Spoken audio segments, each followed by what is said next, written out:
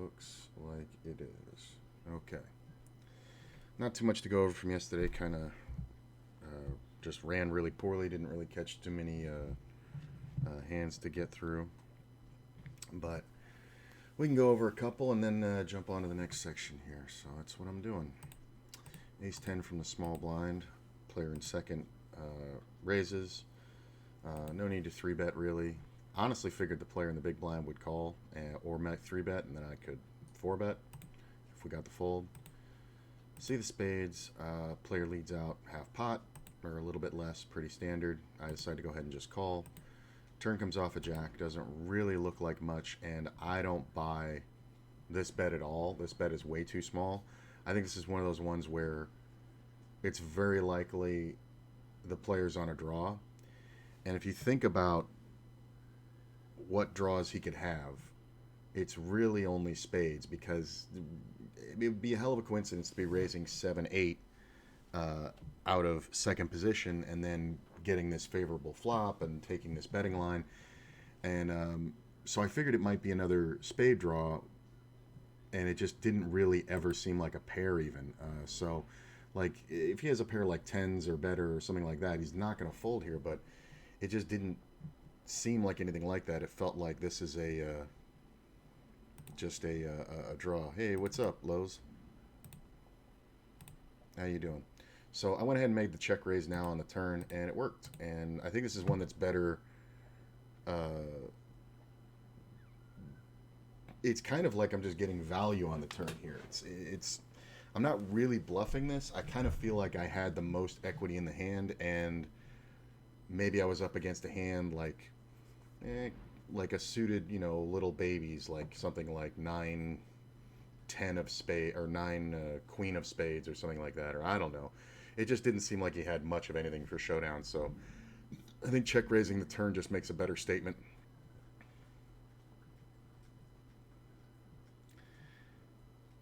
I'll actually, lols, I'm not bluffing, because I truly felt like I had the best hand. Just because you don't have much doesn't mean that you don't have the best hand. I said it in game at the time. This doesn't really feel like I'm bluffing, so that's just my feeling. If I didn't have the spade draw, yeah, then you could turn it more into a bluff. But I'm actually not. In my mind, I actually don't feel like I'm bluffing here. I feel like maybe I was up against some possible shitty, like, king queeny kind of hand.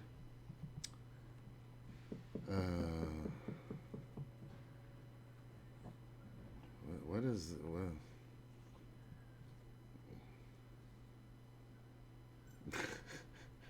Did I get hosted or something? Like, where is everybody coming from? I don't have the stream up. That's funny. So if you have the best hand, just call. No, that's not a blanket statement you can make, because while I might have the best hand, I need protection. If you had a pair of nines on this board in your hand, you would bet it now. You would bet it for protection. Letting just whatever card come off to the river, that's just because you have the best hand doesn't mean it's invulnerable. Like if he does have something like really raggy shit, like I don't know, just whatever, 9-10, of diamonds, then he can hit shit that beats me. All jokes aside, you didn't know people did poker analysis? That's crazy. There's a ton of people doing it. That's funny. I see what you're saying, man. It doesn't really seem like the strongest hand in the world.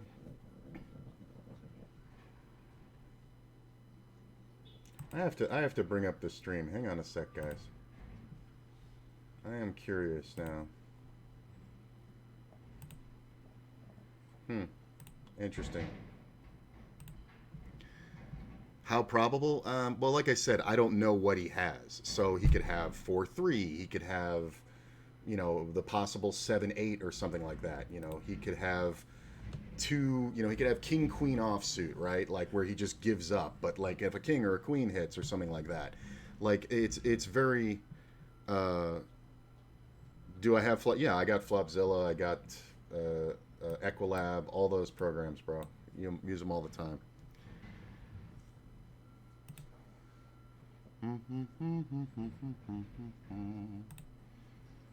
Just curious about something. I have to look this up. I'm sorry.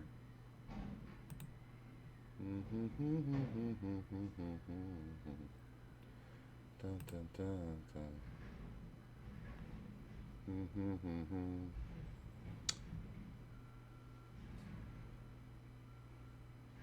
Can I draw the range I'm expecting here? No, because I honestly I don't have enough information about the person. But this is one of those where because of the betting pattern, he just doesn't seem like anything.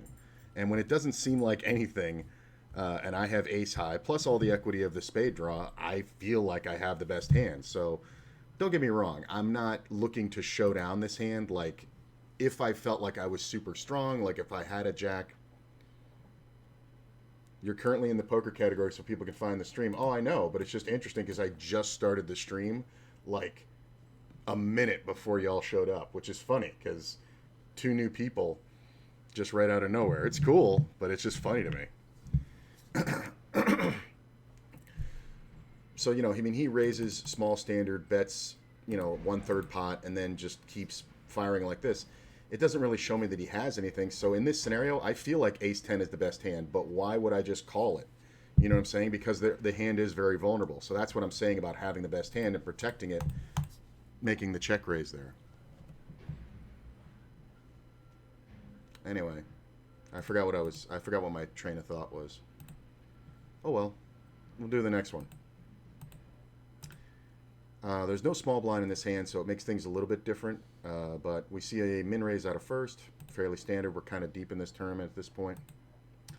I go ahead and raise. We get three-way action. That's fine. It goes check, check. And this is just a small, simple hand where because I didn't elect to raise it pre-flop, which you definitely could have short-handed, even though the player's coming out of under the gun, he's kind of short. When the board just kind of misses, you can just kind of bet. And you can just you don't want to bet like small because you don't want to incentivize these players to be calling with things like gut shots or the 2-over cards or things like that. You kind of want to charge them to protect your hand. So this is one where I'm bluffing, but I may be bluffing with the best hand. The ace high may be good. It's very hard to know that, but this is one where this is more of a bluff than anything. Although it does have a lot of value. I think that's the only 2 hands I got. Yeah, I didn't get too many really interesting things to come up with yesterday. So I'm going to go ahead and move on to the next section. If you guys don't, since you guys are kind of new here, I go, yes, they could have better. Well, see, I see what you're saying there, Lols. I see what you're saying there about they could have better aces there, but I've tried to get away from that thinking. It really doesn't matter to me what they could have. Like, I understand their range, but if somebody was to have, ace king, ace queen, or something like that, typically, they're just going to they're going to have to give up. So because those things are in their range, opening in early positions and then not c-betting, because it's just a total whiff three-handed, then their range kind of doesn't matter unless they're trapping me with an overpair. So like I get what you're saying, but that thought process of they could have this, I don't like. I think it hurts you. I think it makes you not pull the trigger when you need to. You know what I'm saying? So I use pokercoaching.com, Jonathan Little's training site. So we've been going through the tournament masterclass in little pieces, and we're through a good chunk of it. I mean, there's still a ton more to go. So you guys are new here, we can go ahead and watch this, and I just kind of talk about my thoughts on it. I've been through this thing 1.5 times, and it's a really great course. Really has a lot of in-depth information, and at this point, where are we? This is on the flop. See, because you said you could have the best hand much of the time. Yeah, that's true. Well, I mean, that's the thing. These are statements that I'm using to basically bolster confidence. You know what I'm saying? Disregarding things like he could have a better ace, and not acknowledging things like I could have the best hand a lot of the time. If you go the other way and say, yeah, he might have a better ace, but I have an ace that's pretty good.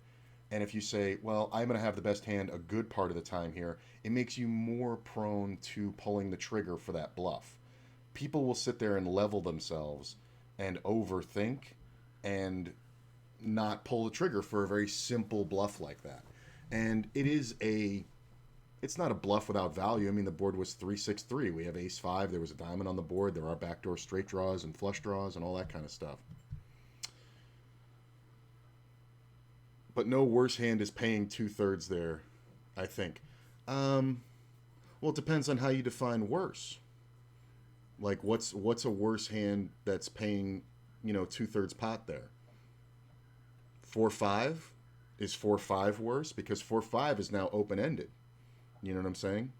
Is 5-7 of diamonds, worse because it has so much backdoor equity?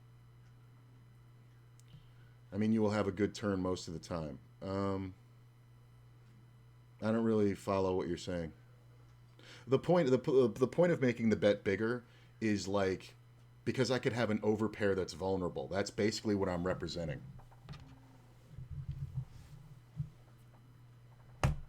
Yeah, but I'm in the cutoff, and those two players, one was in first position, the other one was in the big blind. Do I think they have 4-5 or 7-5? The big blind could, sure. That was just first position, me in the cutoff, and the big blind. Here, let me bring it back up. I mean, we can go around about this all day, man. But I'm trying to tell you the reasons that I have that allow me to pull the trigger and bluff, a lot. No, no, no, no, no, no, no, no, no, no, no, no, no, no, no, no. See, look, there's no small blind, right? We're six-handed. So my debate with this was whether or not to 3-bet, but I decided not to because of the player's shallow stack, right? I'm the second biggest stack at the table. We're very deep in this tournament. So when he raises and I call, it's just the big blind, right? So this board, the guy with the nut advantage through the roof is the big blind, right? The big blind's going to have all the 3s, all the 6s. You know what I'm saying? All the 4-5s. All the good hands are going to live right here. So when that player checks, it is a little bit more dangerous. But then again, you also have to think about how likely and how much of a coincidence it would be. Like, is he playing all 3s? Like, a lot of players, even for, just that small bet, because of his stack, a lot of players are going to conserve that blind and not call with hands like deuce 3 offsuit. You know what I'm saying? Could using a random action picker in uncertain situations be a viable strategy to being unpredictable to other players? I don't like it. I've seen some players do that, and at the higher levels they do that. Like if you ever watch Doug Polk do his heads up thing, you'll see that he uses a randomizer just off screen, and he'll sit there and be like, "Oh, well, I'm gonna do this." He knows in his head he's gonna do something 65% of the time in this situation, so he'll just do a random number generator, pick 1 through 100 kind of thing on Google, and if it comes up, 66 or higher, he doesn't do it. If it comes up 65 or lower, he goes ahead and does it. You know what I'm saying? I don't think that's needed. I don't think it's really needed because here's the thing you have to remember. A lot of players aren't as aware. You know what I'm saying? I've played against people for a really long time. There's players I have thousands of hands on in tournament situations, and they still fall for the same shit. Like, you don't know what other people know. So randomizing is, with some weird system like that, until you get to the really high levels. And honestly, I don't think it's really worth it unless you're playing a heads-up match, because otherwise you're just kind of jacking off, man. It just kind of doesn't hold much value. I don't mean when you have a good or bad hand. I mean the cases where you're not really sure what to do. Can you give me an example?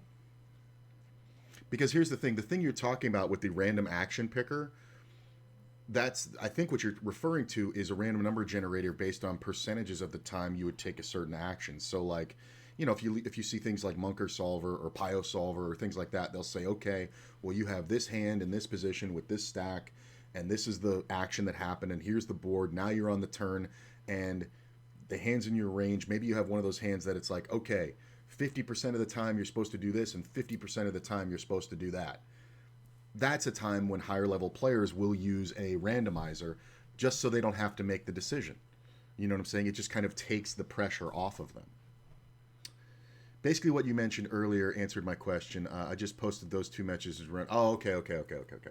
All right. I just wanted to make sure. No, I like the question. I definitely like the question, but I think people overthink randomizing and staying balanced at the lowest levels. I don't think it's that important. Like, you don't want to be predictable, right? And when you get to a final table, yeah, these players are now paying great attention to you, but you basically just need your implementable strategies instead of like these grand plans that, oh, if I do this, he's going to think that, because you don't know what the other player is going to think. What you do know is what you're going to show the other player. Don't think about what they're thinking. Think about what they're seeing. Because you can show them certain things. You can show them the bet. You can show them the timing. You know what I'm saying? You can show them your action. You can't think for them. So don't think you can put your thoughts into an opponent's head, because you're going to end up being wrong, because people might not be as smart as you, or they might be smarter. You know what I'm saying? And the hardest people to beat in poker are brand new players. You ever try to bluff somebody who's brand new? In their context, if Phil Ivey made the calls that they made and beat you, you'd be like, whoa, he's the greatest ever. But because the guy doesn't fucking know anything, he's just a moron. Like, somebody can call you with fourth pair, and you just a fucking idiot because you bluffed at them, because they're not going to fold because they're a newer player. Like, that's what I'm saying. Like, don't overthink shit like that. Work on fundamentally sound poker strategy. That's what you got to do. And that's basically where I spend my time focusing, GTO. So now we're at this point where we're talking about playing on the flop when facing a bet. And these are the examples that we're getting, and we're going to do them in position, out of position. My whole thought process behind the randomizing is staying unpredictable so it's hard to guess when you're bluffing. Yeah, I mean, I get that, but are you playing with the same people all the time? Because I know this sounds, I'm not trying to be a dick. I play online. You know what I'm saying? 99% of my play is online, and 80% of that is on America's Card Room, where I'm facing a worldwide player pool of players that I play with a lot in the tournaments I play.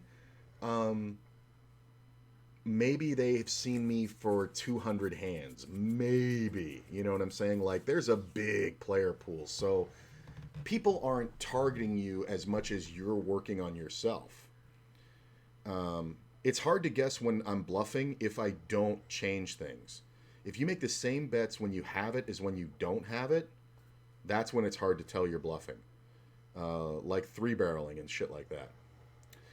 But you can also probably tell my poker knowledge is near zero, so I've only played against friends in friendly games. Right, okay, so well, you know what? That's a good point, though.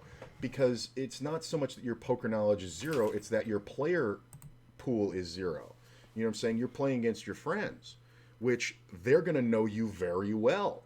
If all the poker you've ever played is with this small group of people, then yeah, you should be randomizing some things. But here's the thing, man. Are you really trying to beat your friends for your rent?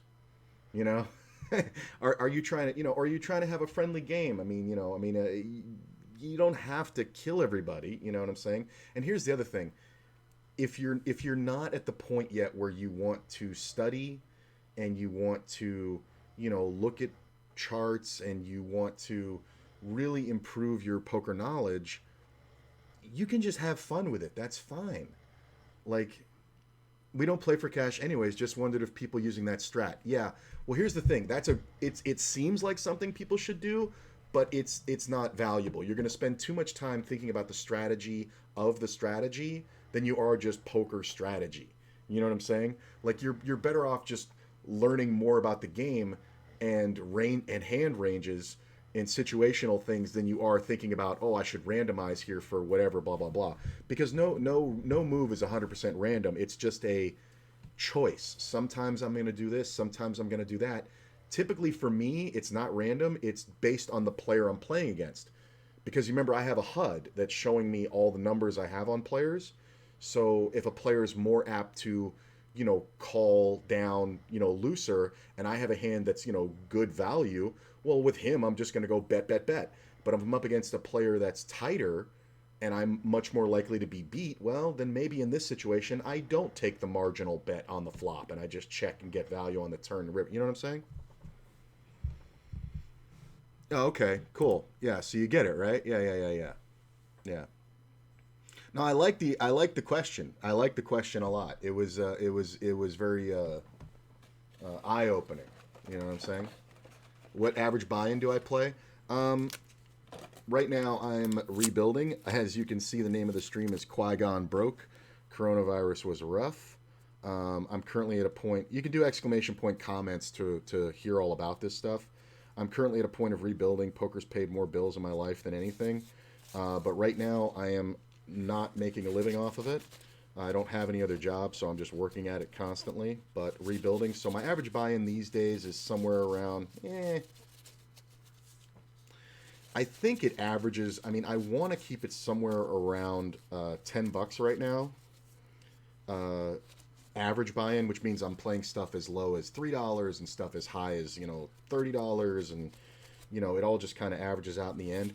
But it's been tracking lower, and I honestly don't know why. I think I'm averaging somewhere around $7 to $8 when it should be like 9 or 10. I like to keep it lower on Sundays. Maybe that's why it's tracking lower. But yeah, yeah, it'll go fine, man. I've done it. Like I'm not overly confident. I just know the steps to go through. I've built up from nothing like 4 times because I've kind of had some bad luck in life, bad luck, and I made bad choices. I didn't know how to manage it very well. But you know, I've I know how to do it, and it's just a matter of staying patient. The problem is that normally it's just all about the play, and I've decided to stream it, and I've decided to do these wake up with me streams, where I go through the things that I study and everything like that. And it's great. It keeps me motivated, but it also can be very exhausting because you can sit there and go, because I have I know like how many days I've streamed, right? I can sit there and go, oh man, it's been 15 days since I won a tournament. It can kind of make you feel more pressure because there's this timer. Whereas normally I would just be sitting here waking up, getting my eyes open, and then just playing a bunch of tournaments, and then each day kind of bleeds into the next. Although I do like it, and it does keep me motivated, and keeps me from getting bored when I have people to talk to, which I think is more important, honestly. If it takes me a little bit longer, but my mental health is better, yeah, good good looking out. Oh, also, follow the YouTube guys. I don't know if that Nightbot is working, but I do make edited content for YouTube. All the Wake Up With Me streams, which this is one of, are on YouTube. I upload them all because I like to show you my morning study and shit like that. All the final tables are there. And also, I make stuff called Jedi Mind Tricks. I'm really into Star Wars.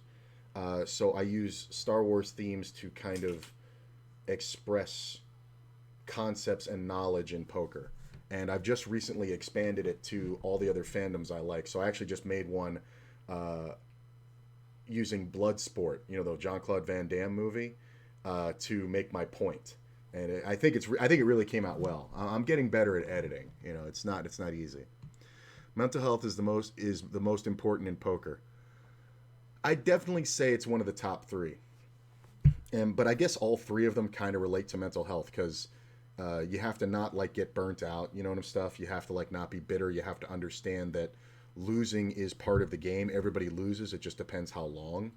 You know what I'm saying? If you're the last guy who loses, then you did better than everybody else. But the fact of the matter is there's so much of the game that you can control. You have to acknowledge the little bits of things you can't control. You know what I'm saying? Yesterday's a great example for me. I played 1, 2, 3, 4, 5, 6, 7, 8, 9, 10, 11 tournaments, right? 11 independent tournament entries. And I cashed only one tournament, which isn't, too unbelievable. I'd usually expect to cash two or three. But I just kept smashing the nuts into the best draw.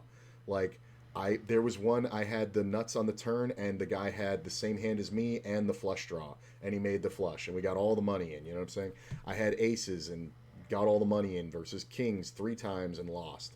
You know, ace queen versus ace jack and lost. You know, all these hands that, like, it was like the ideal situation, and then just boop, you just lose. And people say, like, yep, variance.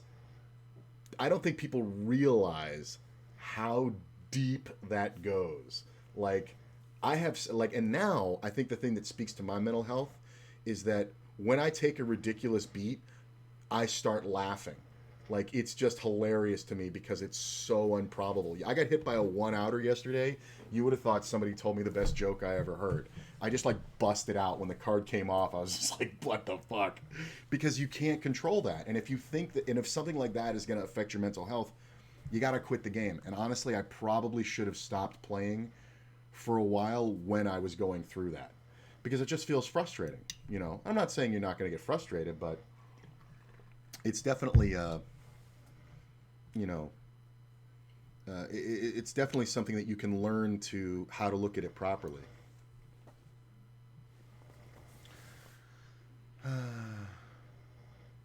Oh, this was what I wanted to come back to. It says you also like pans, but not so much consider intercourse with them. Is that a joke? Like fucking a pan? I saw that earlier and it kind of stuck in my head. It's like, no, it's not about being in love with kitchenware. That's not what it is. Oh, it's funny. So let's see if we can get through this next example. This is when facing a bet on a board of King, King, 6. And I'll stop and go as we go through this. You'll see how it is. Let me get the sound going here.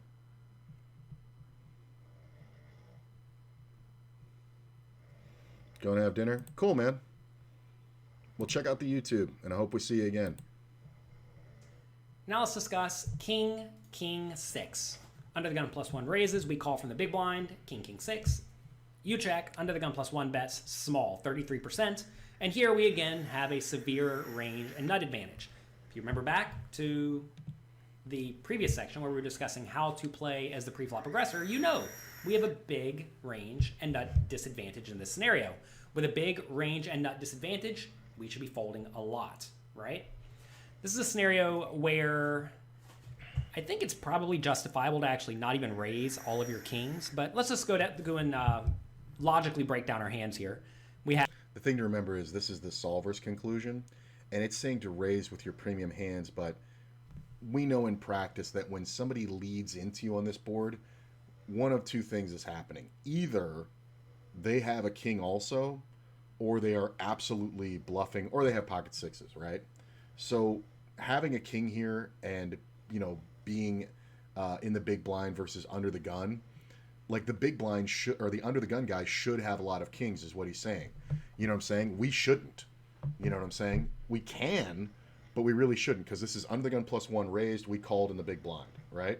So if we had a good king like ace king, we would probably 3-bet. Sometimes king queen I'm going to 3-bet, believe it or not. It's rare, but it depends on the player. But, you know, we're just never going to be betting here because we're not supposed to have a lot of kings. So when we have one, it's a monster. You know what I'm saying? But then again, we can be beat. So not raising any of these kings is kind of what he's saying is a good idea.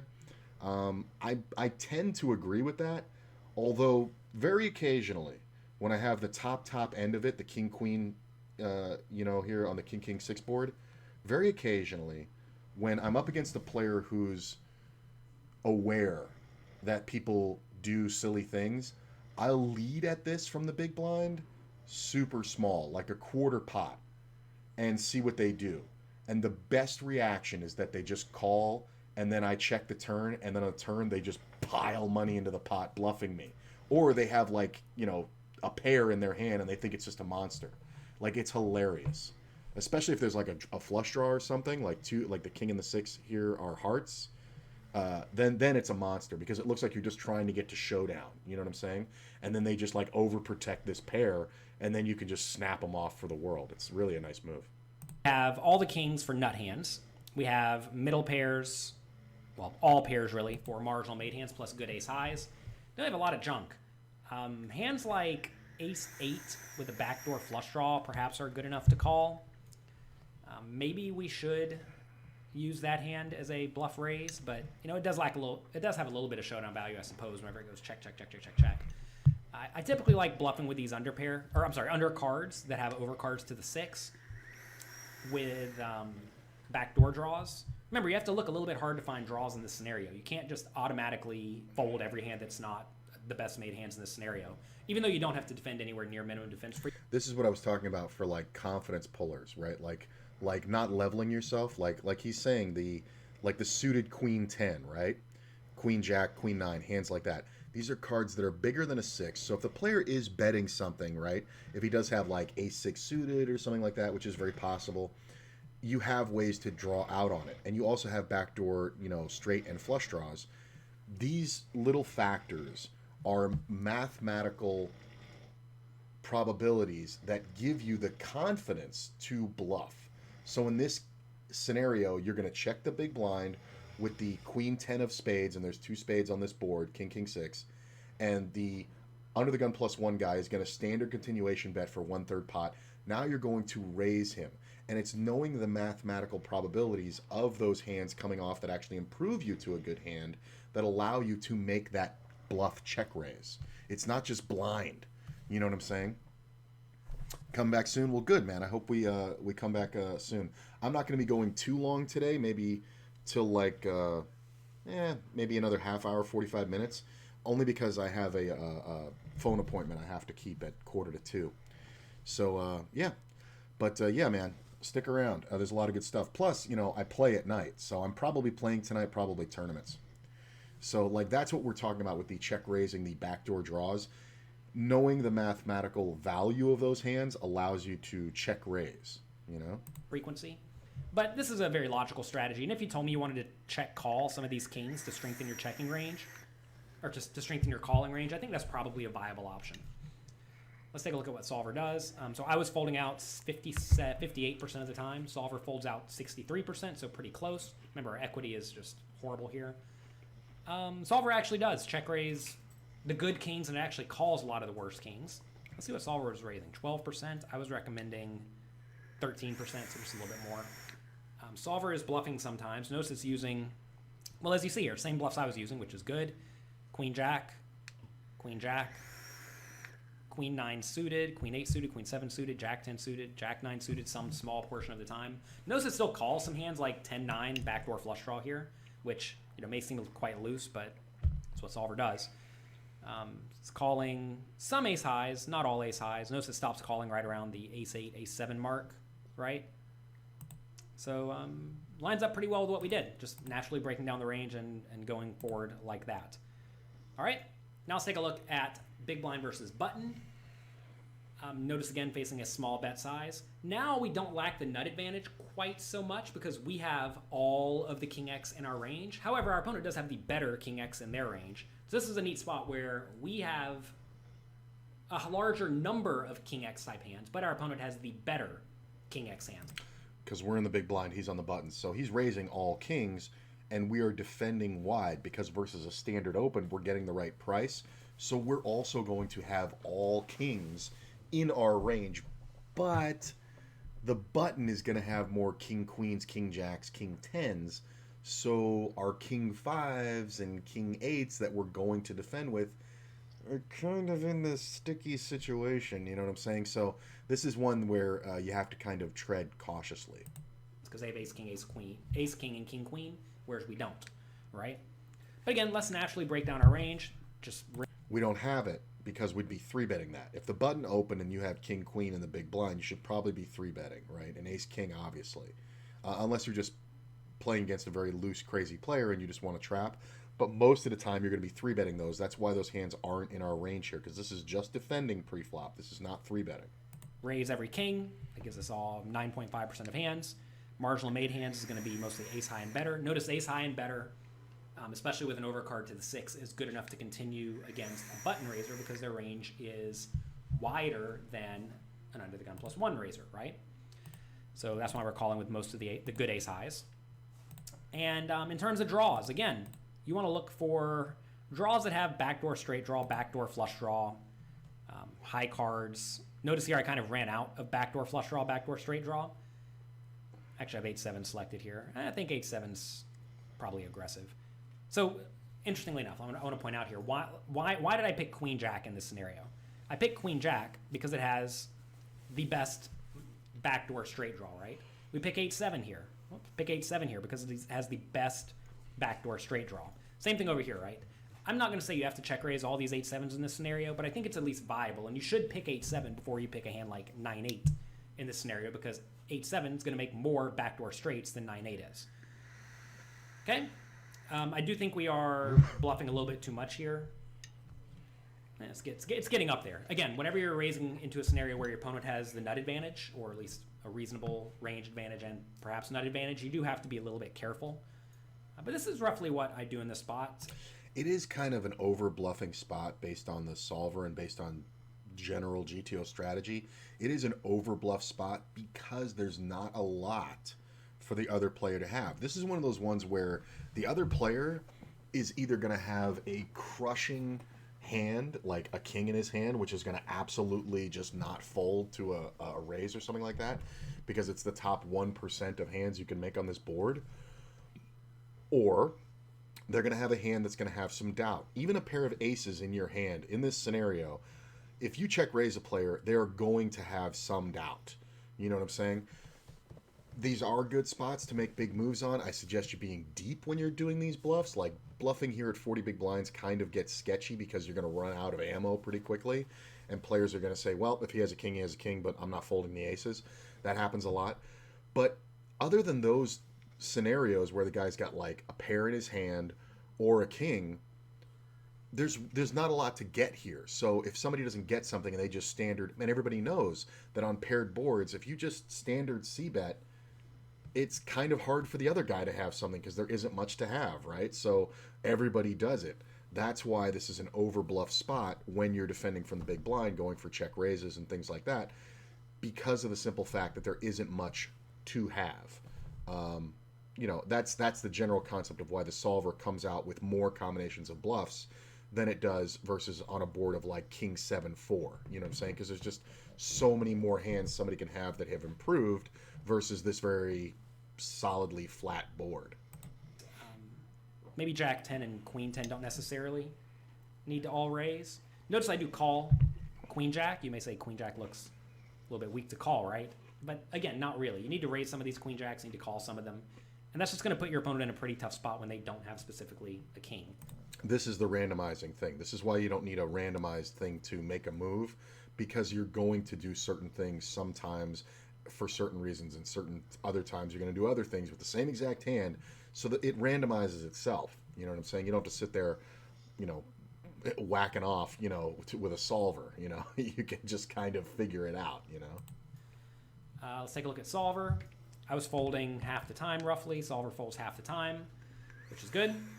Now solver does check raise all the kings. Solver actually check raises a lot of sixes too, which seems aggressive to me. That said, that's what it does. Notice solver check raises lots of these backdoor flush draw type hands now. You see them very, very clearly check raising in these scenarios. So that's kind of cool. Solver does slow play king 6 when it has it. You see? And I did elect to slow play the king 6 suited when I had it. If I had like pocket 6s, you'd slow play that as well. You want to slow play in these spots just to really strengthen your check calling range, and also to give your opponent a chance to improve to a better hand when you have the super nuts. Let's see, I was raising 25%, solver raises 28%, so a little bit more than me. And it looks like they're finding those raises due to raising with just more of these middle pair type hands, just purely for protection when you're playing against the button player, because the button's going to have a decently wide range. All right, now one more scenario on king 6. Under the gun +1 raises, we call on the button. They bet small. This is a spot where we really should not be raising all that often, because now we have a complete lack of draws, right? If you look at our draws, there really are not very many in our range whatsoever, besides the backdoor flush draws again. But also, very importantly, we would be raising into someone who has all the good kings in their range too. So we have to be very careful raising here, and when we're in position, we don't want to do a ton of raising to begin with. because we're in position. We're going to realize our equity very well. Notice also we're defending a ton. We are folding only 17% of the time in this situation. And I think this is pretty nice. Notice we're calling with some backdoor flush draws, backdoor straight draws here. I think raising these would be viable. I think raising some of these would be viable too. I don't think that would be like insanely aggressive or anything. And everything else in this range makes pretty logical sense. Solver raises 7% of the time. I was raising 8%, so even a little bit more than the solver, despite raising almost never. Solver basically just doesn't raise anything. It's really only raising ace-king when it has it. King-queen, I suppose. Interesting, it randomly picks twos. But like whenever you see something like this, it randomly picks twos some tiny sliver of the time. Just ignore that.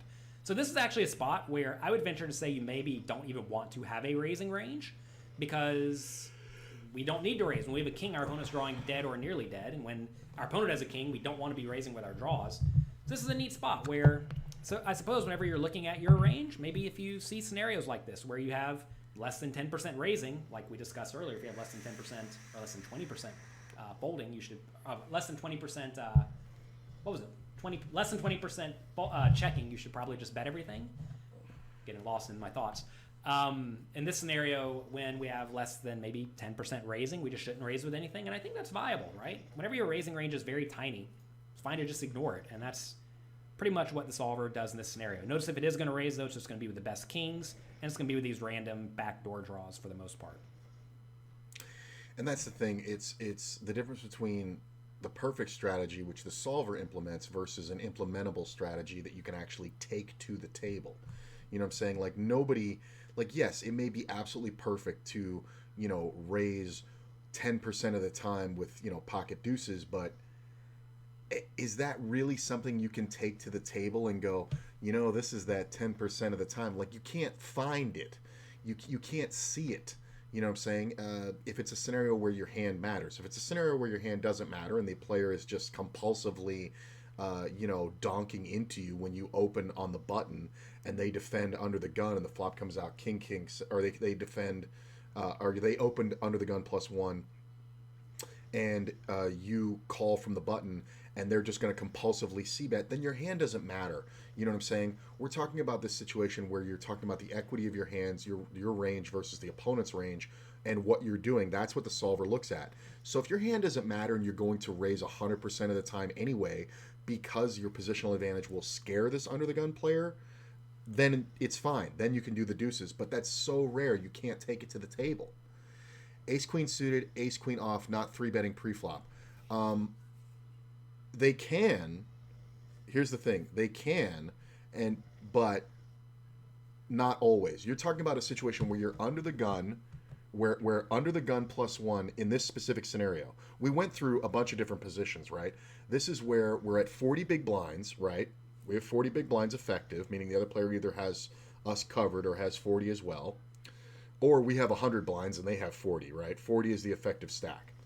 And they raised under the gun +1. You may not elect to 3-bet the ace-queen suited or ace-queen off. I'm more probable to 3-bet the ace-queen off than I am the ace-queen suited, because of the extra 13% strength that I get from having the suited variety of ace-queen. I'm more likely to call with it on the button. And this is at a full, 9-handed table is the scenario. Under the gun, like first position folds, under the gun +1 opens. Everybody folds to you on the button. You have ace-queen off. If you 3-bet, right, and get called and an ace hits, you kind of don't know where you are, okay? And that usually leads to scenarios where the ace hits the flop, the under the gun +1 guy checks, you bet, and then he calls. And then you're kind of in this scenario. Now, you didn't get 4-bet pre-flop. Now we're getting deep, right? You didn't get 4-bet pre-flop, so it's less likely he has ace-king, but he can very well have ace-king, especially at the level of buy-in of 55 and below. You won't see players 4-betting without jamming pre-flop. You know what I'm saying? So the ace-queen, when you 3-bet it at 40 big blinds, like, player opens to, 40 big blinds, you could still be opening to 2.5, let's say, right? So they open to 2.5. You're on the button. You 3-bet to 7 big blinds, right? It's still a very deep stack, and if the player was to 4-bet you under the gun +1, they pretty much just have to shove all in, because what is their 4-bet? 20? You're going to put in 20 blinds out of your 40 big blind stack and be happy with that? No, you're just going to jam all in with the ace king and be done with it. So it's another reason not to bet the 3-bet the ace queen, because you can kind of play in the margins, right? Because when your range remains wider by just calling on, when you call on the button, you can have anything. You can have 5-6 suited. You know what I'm saying? You can have any pair. You can have all aces down to ace queen, or from ace queen and lower, I would say. You can have any suited ace. The only hands you really can't have, because it's not a good idea to just call with them, is the ace king suited, aces, kings, queens. Sometimes jacks, depending on who you're playing against and how tight they are. If they're super tight, you may not want to 3-bet the jacks unless you just want to race with them. So we're talking about a very specific scenario of 40 big blinds. And these examples are based on 40 big blinds because in a tournament, that's where you live most of the time.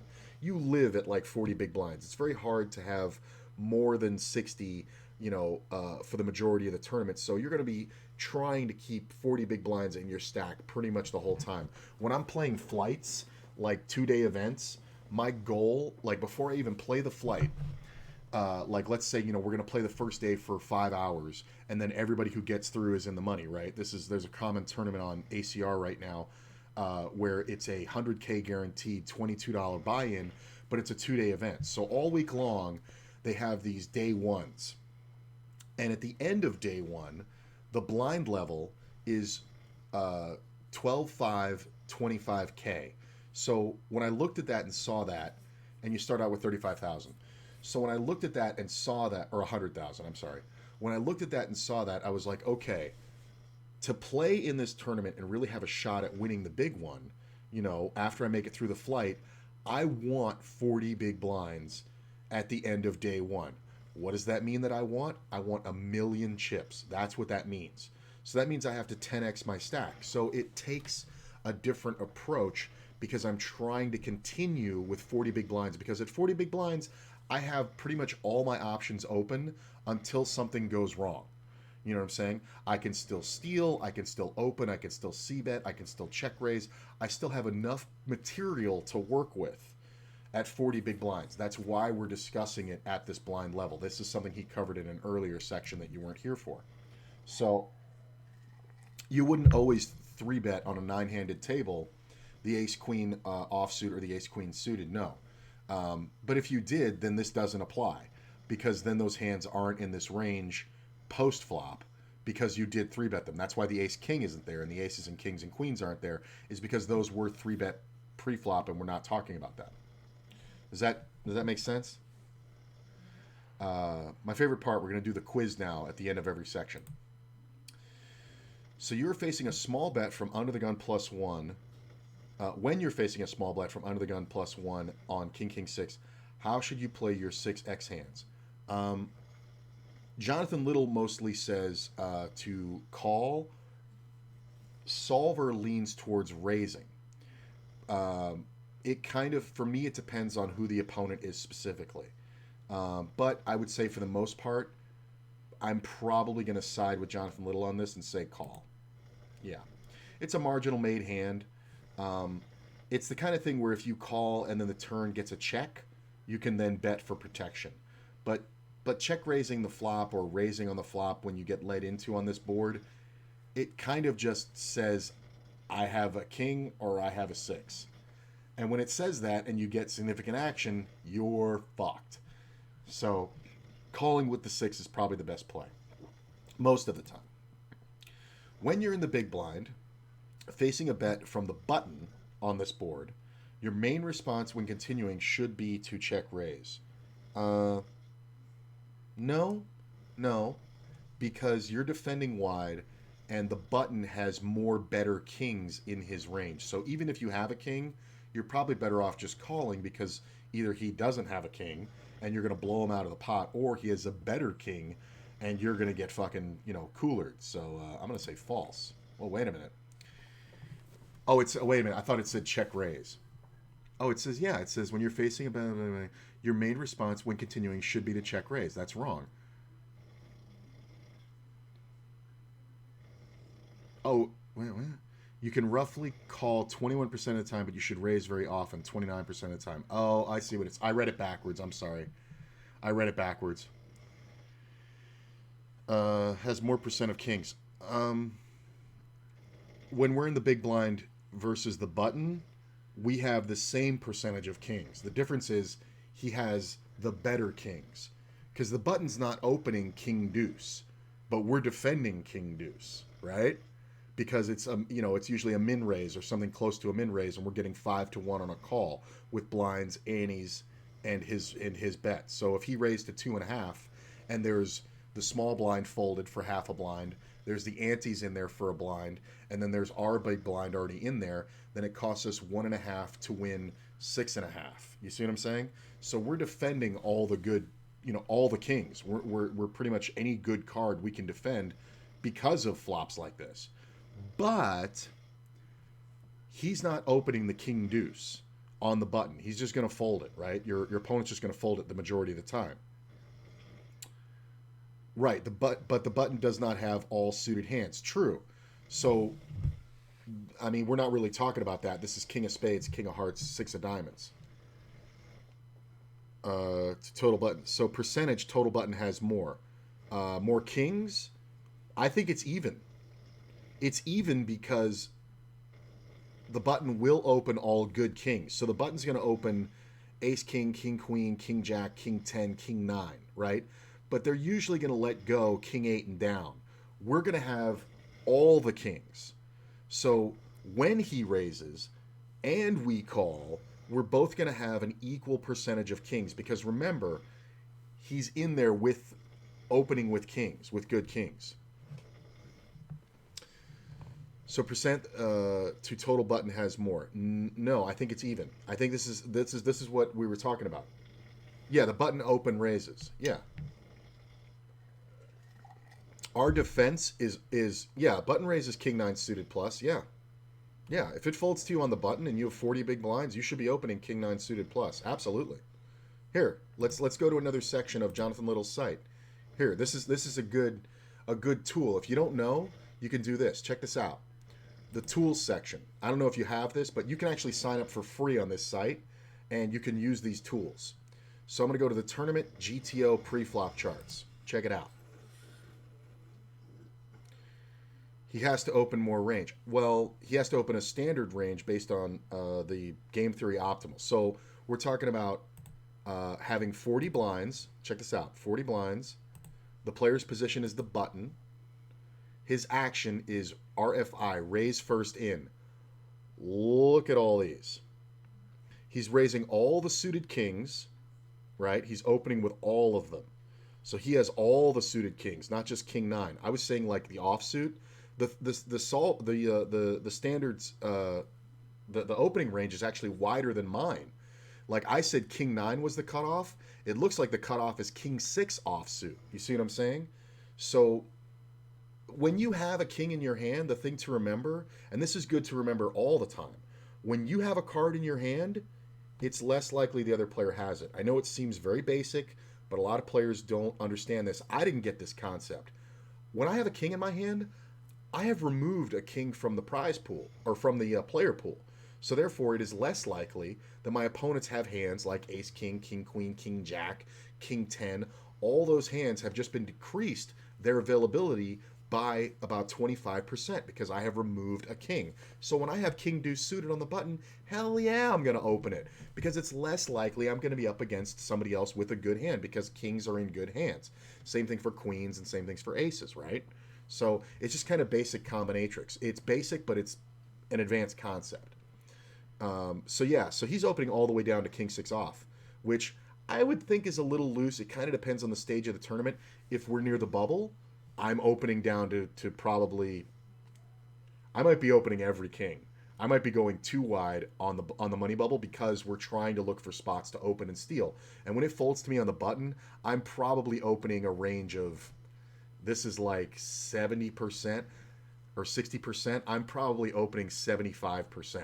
I'm looking for more hands to raise, and I'm obviously going to use all face cards all face cards down to queens, and I'm probably going to use Yeah, I think that's right. Cutting it off at Jack 8 is kind of good. But I'm definitely going to be opening the 9-7, the 9-6, the 8-7 off, the 8-6 off. All these in here, on the bubble because we're trying to steal more. And at 40 big blinds, you have all the steals in the world. Until something changes, you have every move available to you at 40 big blinds.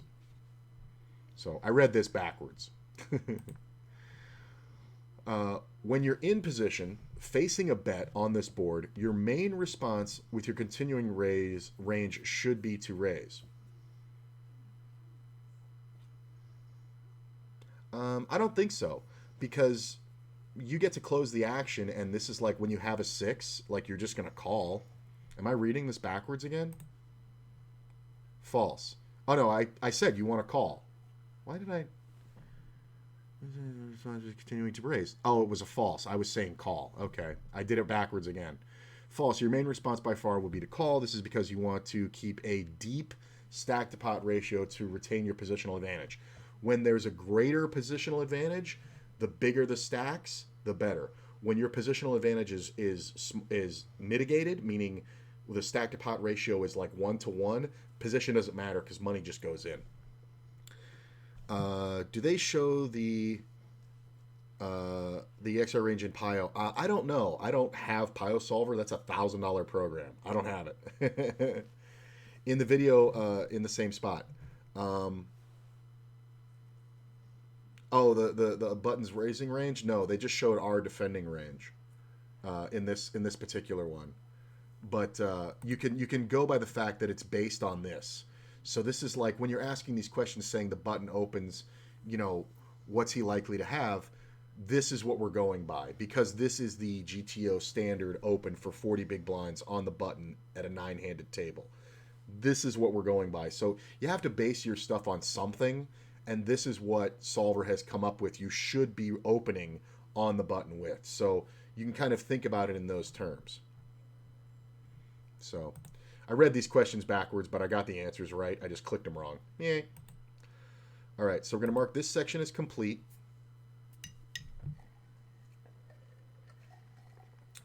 Yeah, I really advise everybody to go to pokercoaching.com and sign up for the free membership because you get to use all these tools. I use GTO for plus for a solver. Much less expensive than Pio. Yeah, it is less expensive than Pio, but it's a bit less accurate. I agree. I don't have $1,000, to spend on Pio, right now. I would, but in all honesty, it's just unnecessary because I have Equilab, I have Flopzilla. You know what I'm saying? I'm basing my GTO strategy on these charts off Jonathan Little's site because I can put in any blind in any position, any amount I want. So I really like that. But this is where I generally get my understanding from those tools. You don't need it because there are people like Jonathan Little who own Pio Solver who are doing the work for you, and then you just have to find it. You can build your own pre-flop chart with HCR. Yeah, you can, but I don't. And here's the thing: it's just a general guideline for 40 big blinds. Like 40 big blinds on the button, I know this because I've studied it very much. But there are cases where it's different, like being on the button, I'm opening wider, or versus a player in the big blind who's super in love with 3-betting.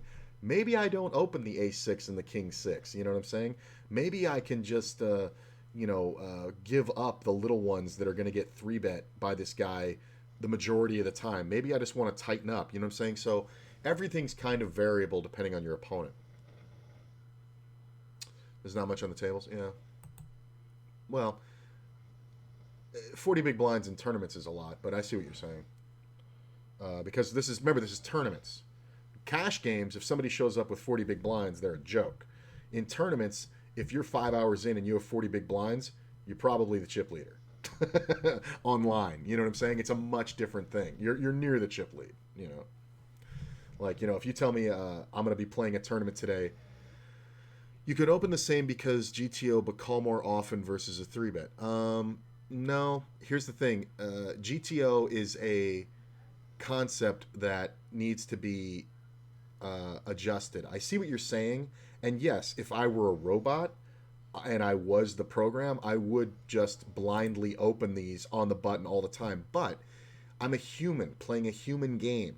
So knowing that my opponent in the big blind is going to 3-bet a ton, and I'm gonna have to fold certain hands like 9-8 off and 10-8 off, and the queen 8 and the ace 9 and all, like I'm gonna have to fold these hands if I get 3-bet because my hand doesn't contain that much value.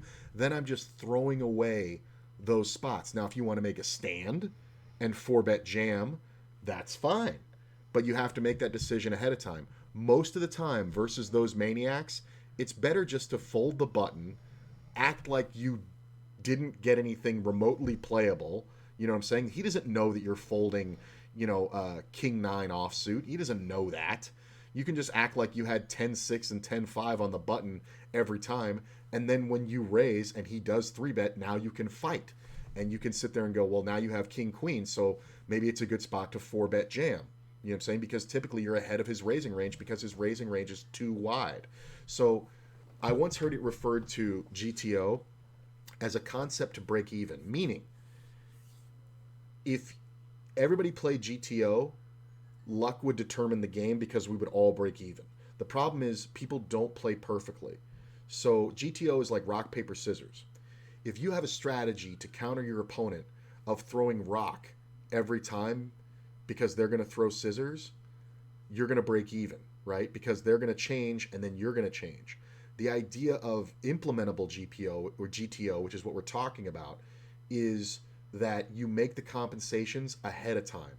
So you know things about players. You can know this by looking at their HUD stats, previous experience with a player, so you can adjust the GTO opening and continuing ranges accordingly. So you're not trying to break even. You're trying to gain edge on your opponents, and you don't gain edge on GTO, you gain edge on people. So it's the adjustments that matter. Implementable GTO.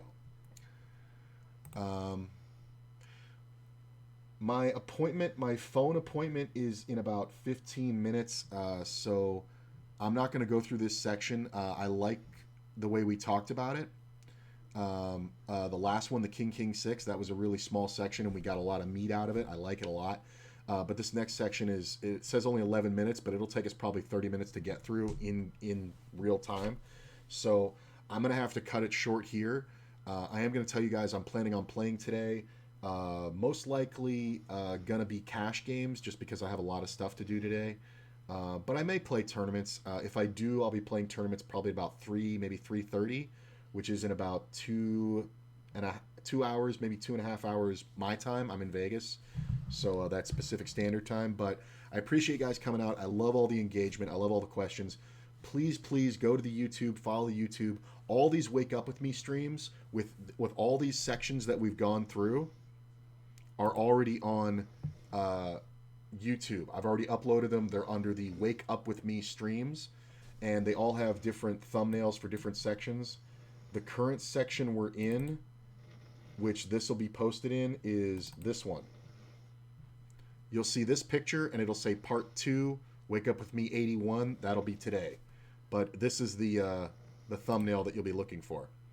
And you can see this section has a lot more to go. So appreciate you guys coming out. I really like the questions. I love the engagement. Thank you so much.